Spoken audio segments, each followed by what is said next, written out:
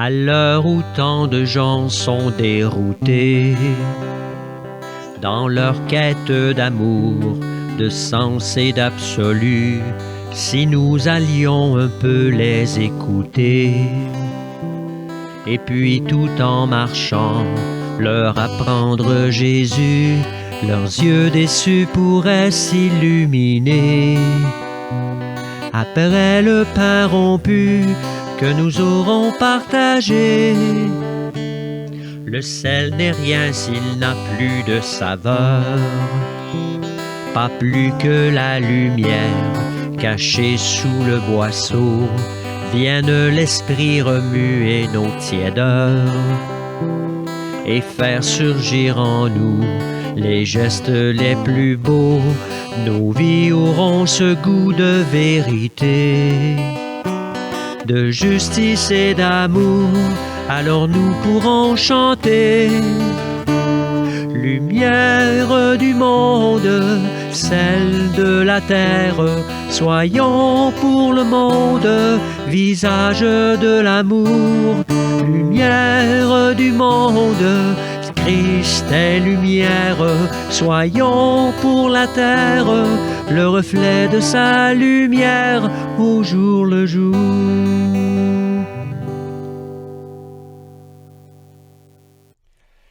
Bonjour à toutes et à tous. Aujourd'hui, nous sommes appelés à vivre une liturgie de la parole virtuellement. Je suis Pierre-Louis Lévesque, laïc collaborateur, et le Père Jean-Robert Michel est le ministre de la parole. Nous allons donc nous préparer à vivre la présence du Seigneur dans sa parole. Célébrons dans la joie ce jour que le Seigneur nous donne. Il est rassemblé d'entre les morts. Il est vivant au milieu de nous pour toujours. Quand nous nous rassemblons, il se tient au milieu de nous. C'est lui qui ouvre notre intelligence à l'écriture. C'est lui qui inspire nos prières et louanges. Nous espérons le jour où nous pourrons célébrer l'Eucharistie en mémorial de la mort et de la résurrection du Christ et partager le sacrement de son corps et de son sang. Notre communauté se rassemble avec toute l'Église.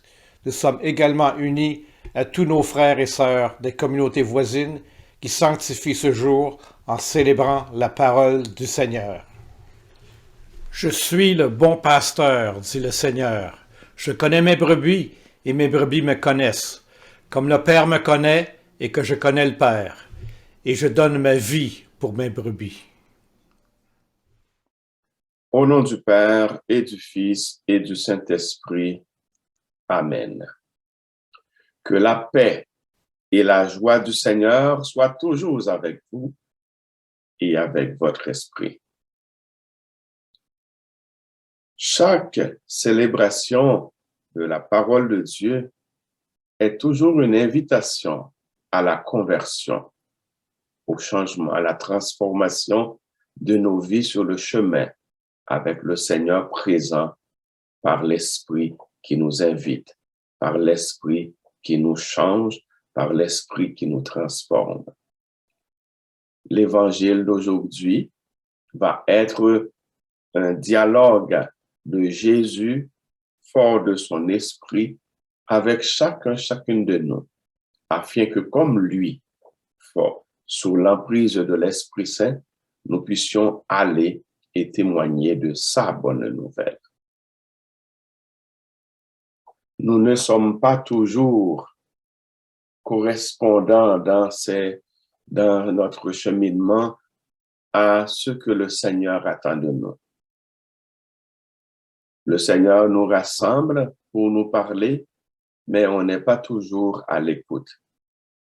Alors, dans la foi, ouvrons nos cœurs aujourd'hui à sa présence qui nous fait revivre en nous accordant son pardon.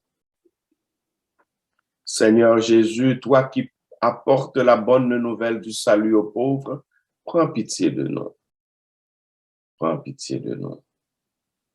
Ô Christ, toi qui annonces aux aveugles qu'ils verront la lumière, prends pitié de nous. Prends pitié de nous. Seigneur, toi qui ne cesses de libérer les opprimés, prends pitié de nous. Prends pitié de nous. Que Dieu, dont la puissance est celle de l'amour, nous fasse miséricorde, qu'il nous pardonne nos péchés et nous conduise à la vie éternelle. Amen.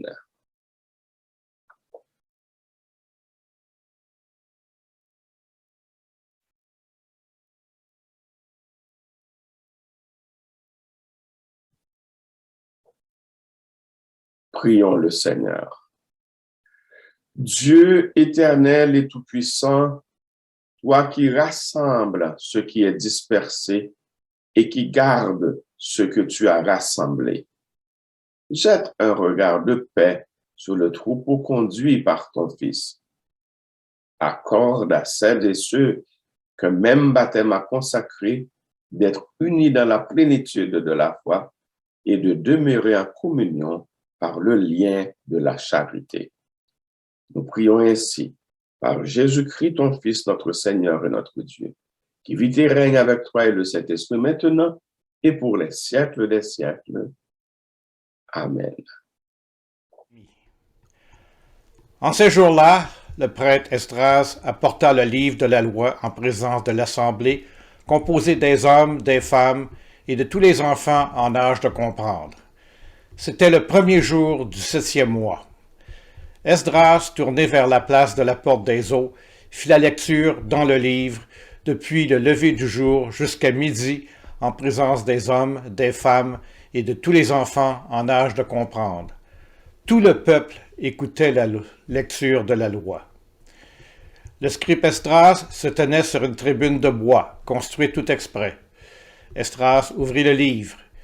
Tout le peuple le voyait, car il dominait l'assemblée. Quand il ouvrit le livre, tout le monde se mit debout. Alors Esdras bénit le Seigneur, le Dieu très grand, et tout le peuple, levant les mains, répondit « Amen, Amen ». Puis ils s'inclinèrent et se prosternèrent devant le Seigneur, le visage contre terre. Esdras lisait un passage dans le livre de la loi de Dieu, puis les Lévites traduisaient, donnaient le sens, et l'on pouvait comprendre. Néhémie le gouverneur, Esdras qui était prêtre et scribe, et les Lévites qui donnaient des explications, dirent à tout le peuple, « Ce jour est consacré au Seigneur, votre Dieu. Ne prenez pas le deuil, ne pleurez pas. » Car ils pleuraient tous en entendant les paroles de la loi. Esdras leur dit encore, « Allez, mangez des viandes savoureuses, buvez des boissons aromatisées, et envoyez une part à celui qui n'a rien de près. Car ce jour est consacré à notre Dieu. Ne vous affligez pas, la joie du Seigneur est votre rempart. Parole du Seigneur. Nous rendons grâce à Dieu. » Tes paroles, Seigneur, sont esprit et elles sont vie. La loi du Seigneur est parfaite, qui redonne vie. La charte du Seigneur est sûre, qui rend sages les simples. Tes paroles, Seigneur, sont esprit et elles sont vie. Les préceptes du Seigneur sont droits, ils réjouissent le cœur. Le commandement du Seigneur est limpide, il clarifie le regard. Tes paroles, Seigneur, sont esprit et elles sont vie. La crainte qui l'inspire est pure, elle est là pour toujours. Les décisions du Seigneur sont justes et vraiment équitables. Tes paroles, Seigneur, sont esprit et elles sont vie. Accueille les paroles de ma bouche, le murmure de mon cœur, qu'il parvienne devant toi, Seigneur mon rocher, mon défenseur. Tes paroles, Seigneur, sont esprit, et elles sont vie.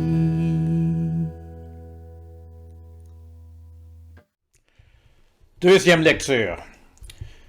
Vous êtes corps du Christ, et chacun, pour votre part, vous êtes membre de ce corps. Lecture de la première lettre de Saint Paul apôtre aux Corinthiens.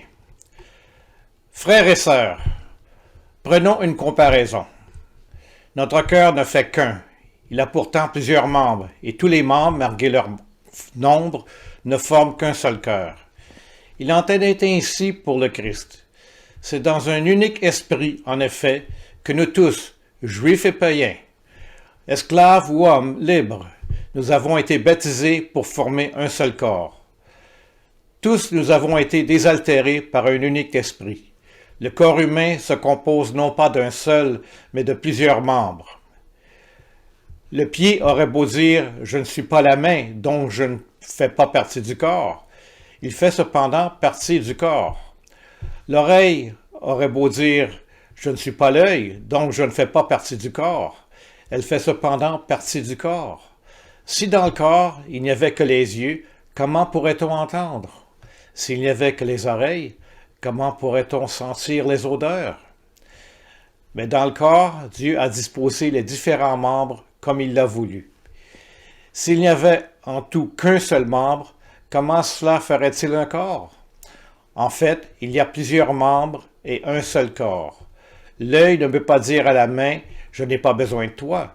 La tête ne peut pas dire aux pieds « Je n'ai pas besoin de vous ».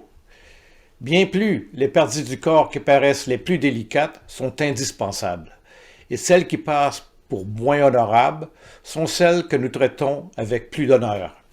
Celles qui sont moins décentes, nous les traitons plus décemment. Pour celles qui sont décentes, ce n'est pas nécessaire. Mais en organisant le corps, Dieu a accordé plus d'honneur à ce qui en est dépourvu. Il a voulu ainsi qu'il n'y ait pas de division dans le corps, mais que les différents membres aient tous les soucis les uns des autres. Si un seul membre souffre, tous les membres partagent sa souffrance. Si un membre est à l'honneur, tous partagent sa joie. Or, vous êtes corps du Christ, et chacun pour votre part, vous êtes membre de ce corps. Parmi ceux que Dieu a placés ainsi dans l'Église, il y a premièrement des apôtres, deuxièmement des prophètes, troisièmement ceux qui ont charge d'enseigner. Ensuite, il y a les miracles, puis les dons de guérison, d'assistance, de gouvernement, le don de parler diverses langues mystérieuses. Tout le monde, évidemment, n'est pas apôtre. Tout le monde n'est pas prophète, ni chargé d'enseigner. Tout le monde n'a pas à faire des miracles, à guérir, à dire des paroles mystérieuses ou à les interpréter. Parole du Seigneur, nous rendons grâce à Dieu. Alléluia, Alléluia, Alléluia, Alléluia, Alléluia, Alléluia, Alléluia, Alléluia.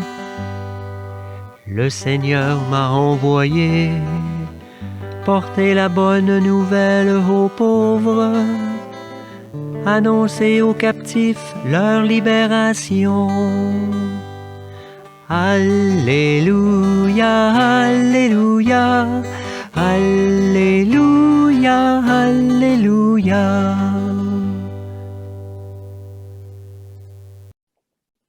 Le Seigneur soit avec vous. Évangile de Jésus-Christ selon saint Luc. Gloire à toi, Seigneur. Beaucoup ont entrepris de composer un récit des événements qui se sont accomplis parmi nous. D'après ce que nous ont transmis ceux qui, dès le commencement, furent témoins oculaires et serviteurs de la parole. C'est pourquoi j'ai décidé moi aussi, après avoir recueilli avec précision des informations concernant tout ce qui s'est passé depuis le début, d'écrire pour toi, excellent Théophile, un exposé suivi afin que tu te rendes bien compte de la solidité des enseignements que tu as entendus. Lorsque Jésus, dans la puissance de l'Esprit, revint en Galilée, sa renommée se répandit dans toute la région. Il enseignait dans les synagogues et tout le monde faisait son éloge. Il vint à Nazareth où il avait été élevé. Selon son habitude, il entra dans la synagogue le jour du sabbat et il se leva pour faire la lecture. On lui remit le livre du prophète Isaïe. Il ouvrit le livre et trouva le passage où il est écrit: « L'Esprit du Seigneur est sur moi, parce que le Seigneur m'a consacré par l'onction. Il m'a envoyé porter la bonne nouvelle aux pauvres, annoncer aux captifs leur libération et aux aveugles qu'ils retrouveront la vue, remettre en liberté les opprimés, annoncer une année favorable accordée par le Seigneur. » Jésus referma le livre, le rendit au servant et s'assit. Tous dans la synagogue avaient les yeux fixés sur lui. Alors, il se mit à leur dire: « Aujourd'hui s'accomplit ce passage de l'Écriture que vous venez d'entendre. » Acclamons la parole de Dieu. Louange à toi, Seigneur Jésus.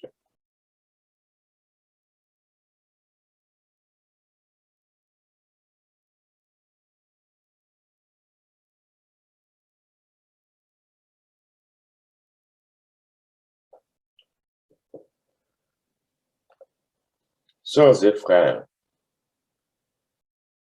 cette parole de l'Écriture que vous venez d'entendre, dit Jésus, c'est aujourd'hui qu'elle s'accomplit. Dans le texte de cet évangile, il est donc question de bonnes nouvelles, celles que Jésus apporte pour les opprimés, les aveugles, les pauvres. Vous avez sans doute remarqué que cela ne va pas de soi. Des auditeurs, même aujourd'hui, s'interrogent encore. Et nous? C'est le genre d'exercice que la parole de Dieu nous invite à faire. Remarquez, Luc reconnaît ne pas avoir été un témoin oculaire des événements. Il n'a pu que s'informer auprès des témoins oculaires. Toutefois, son récit permet de savoir qu'apparemment tout va pour le mieux pour le nouveau prédicateur Jésus, à qui on a confié une lecture des Écritures, un texte bien connu du prophète Isaïe. La phrase de Luc décrit le suivant: « Lorsque Jésus, avec la puissance de l'Esprit, revint en Galilée, sa renommée se répandit dans toute la région. Il enseignait dans les synagogues des Juifs et tout le monde faisait son éloge. »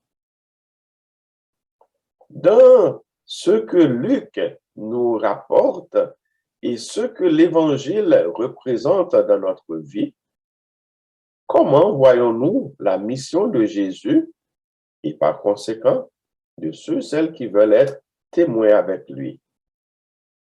Clairement, Jésus de Nazareth, fils d'un charpentier, ne pouvait prétendre être roi Messie qu'on attendait à cette époque-là.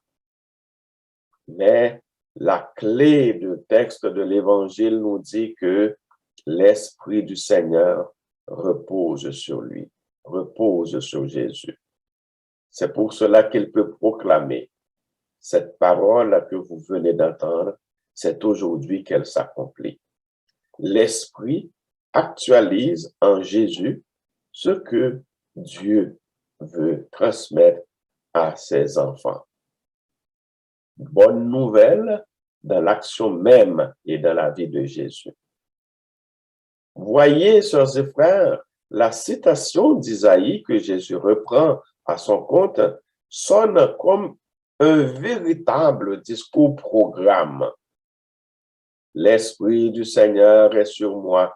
Il m'a envoyé porter la bonne nouvelle aux pauvres, annoncer aux prisonniers qu'ils sont libres et aux aveugles qu'ils verront la lumière, apporter aux opprimés la libération, annoncer une année de bienfaits accordés par le Seigneur.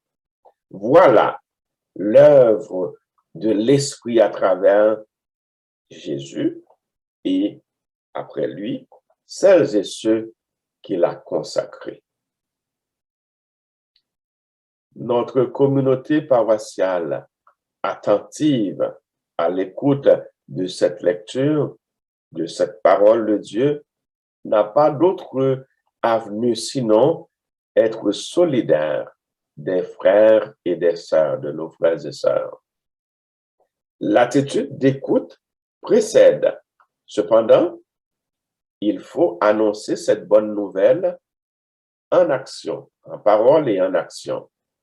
Cela dit que notre foi a une résonance sur exactement ce qu'est notre vie.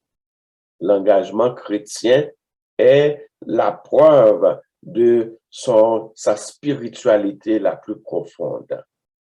Oui, ceux et celles qui s'engagent avec Jésus, selon ce que nous écoutons aujourd'hui, s'actualisent dans la mission, c'est-à-dire annoncer, vivre, partager une bonne nouvelle à ceux et celles qu'ils rencontrent.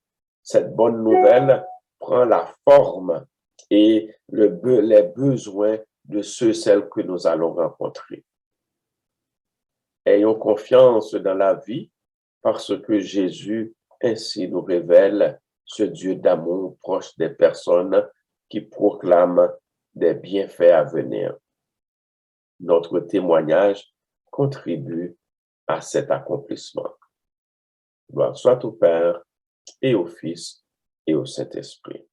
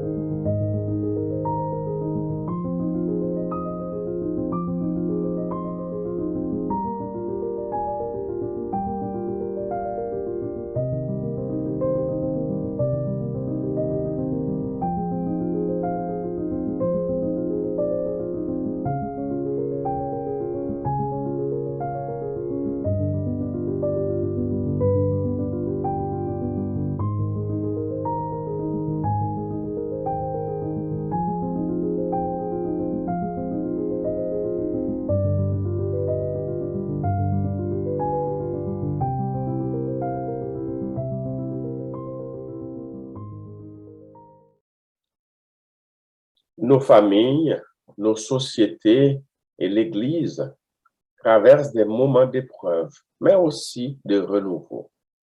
Le Seigneur ne nous abandonne pas et il attend notre collaboration et notre prière confiante. Tournons-nous vers lui avec ferveur. Seigneur, écoute-nous. Seigneur, exauce-nous. Prions pour que les responsables des diverses églises continuent de proclamer au monde la bonne nouvelle du salut aux pauvres. Prions le Seigneur. Seigneur, écoute-nous. Seigneur, exauce-nous. Prions pour celles et ceux qui ont pris leur distance de leur communauté, qu'elles puissent entendre à nouveau l'Évangile. Prions le Seigneur. Seigneur, écoute-nous. Seigneur, exauce-nous. Prions pour que les personnes souffrantes, les personnes démunies et découragées trouvent soutien et joie auprès des croyants et des croyantes. Prions le Seigneur. Seigneur, écoute-nous. Seigneur, exauce-nous. Prions pour que tous les baptisés et leurs pasteurs développent un profond souci de l'unité et de la réconciliation dans cette semaine de prière pour l'unité des chrétiens. Prions le Seigneur. Seigneur, écoute-nous. Seigneur, exauce-nous. Prions pour que nos communautés soient heureuses de croire et de témoigner du Christ, le Sauveur du monde. Prions le Seigneur. Seigneur, écoute-nous. Seigneur, exauce-nous.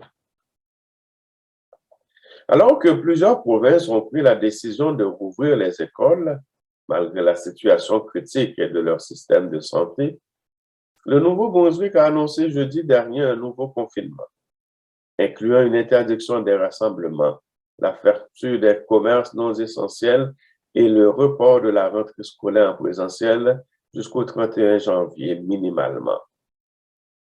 Pour les personnes qui travaillent dans les systèmes de santé partout au pays et qui se dévouent à prodiguer des soins malgré la recrudescence de la pandémie, prions le Seigneur. Seigneur, écoute-nous. Seigneur, exauce-nous.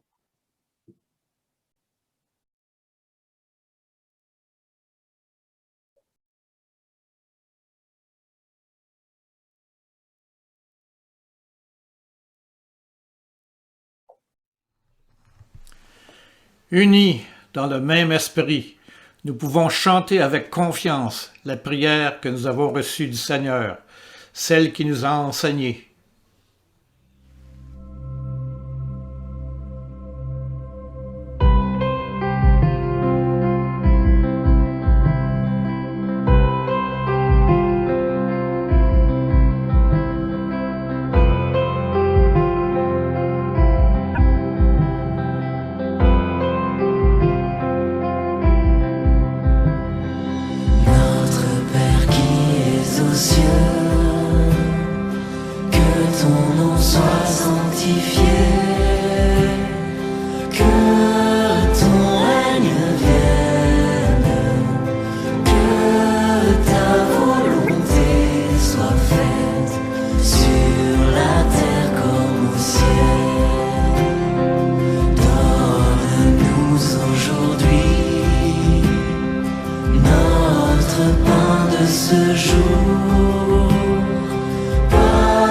Pardonne-nous nos offenses.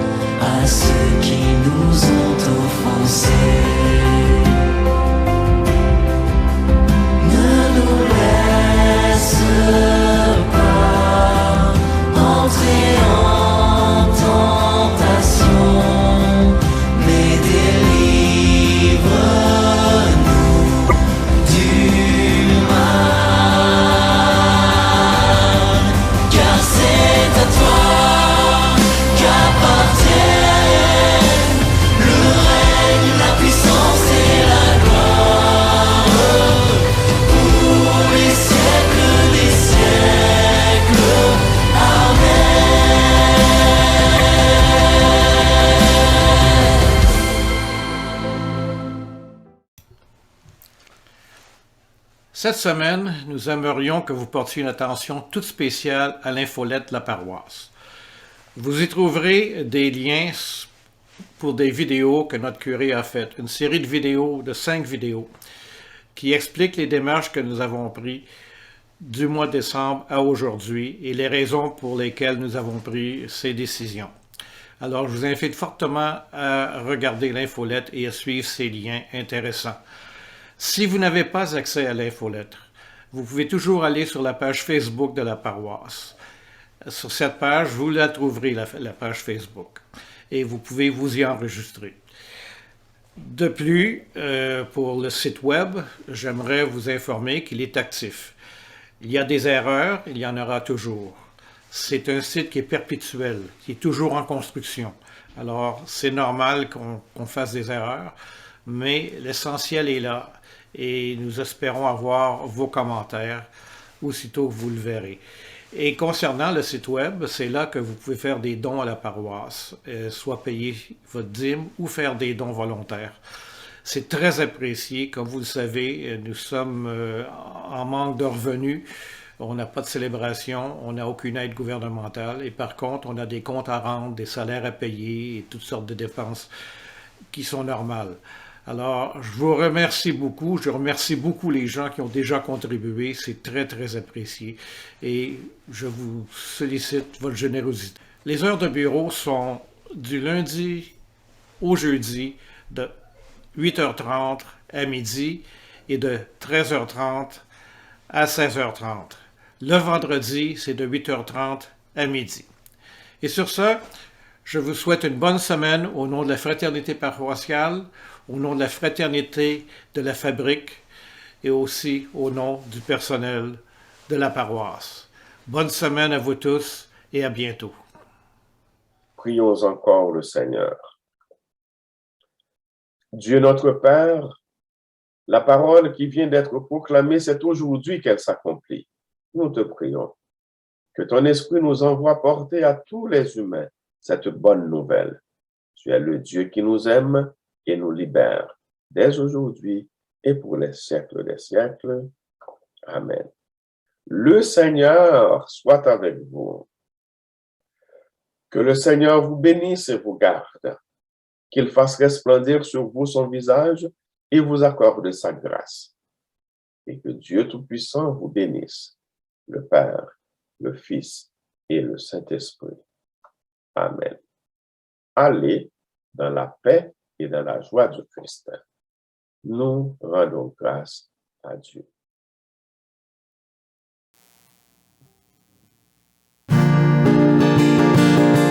Je voudrais qu'en vous voyant vivre, étonnés les gens puissent dire: voyez comme ils s'aiment, voyez leur bonheur. Qu'il y ait dans votre langage plein d'amour et de vérité, qu'il soit clair, simple et sans embâge, qu'il soit bon comme un soir d'été, comme un soir d'été. Je voudrais qu'en vous voyant vivre, étonnés les gens puissent dire: voyez comme ils s'aiment, voyez leur bonheur. Mais plus fort que bien des paroles, vos regards toucheront les cœurs. La plus belle des paraboles, c'est le chant de votre bonheur, de votre bonheur. Je voudrais qu'en vous voyant vivre, étonnés les gens puissent dire: voyez comme ils s'aiment, voyez leur bonheur. Et devant tout ce que vous êtes, ils pourront voir les traits de Dieu. En voyant tout ce que vous faites, ils sauront qu'il est avec eux, qu'il est avec eux. Je voudrais qu'en vous voyant vivre, étonnés les gens puissent dire: voyez comme ils s'aiment, voyez leur bonheur. S'il est vrai qu'on reconnaît l'arbre en voyant la beauté des fruits, Je voudrais, quand ils vous regardent, qu'ils y voient les fruits de l'esprit, les fruits de l'esprit. Je voudrais, qu'en vous voyant vivre, étonnés, les gens puissent dire, voyez comme ils s'aiment, voyez leur bonheur.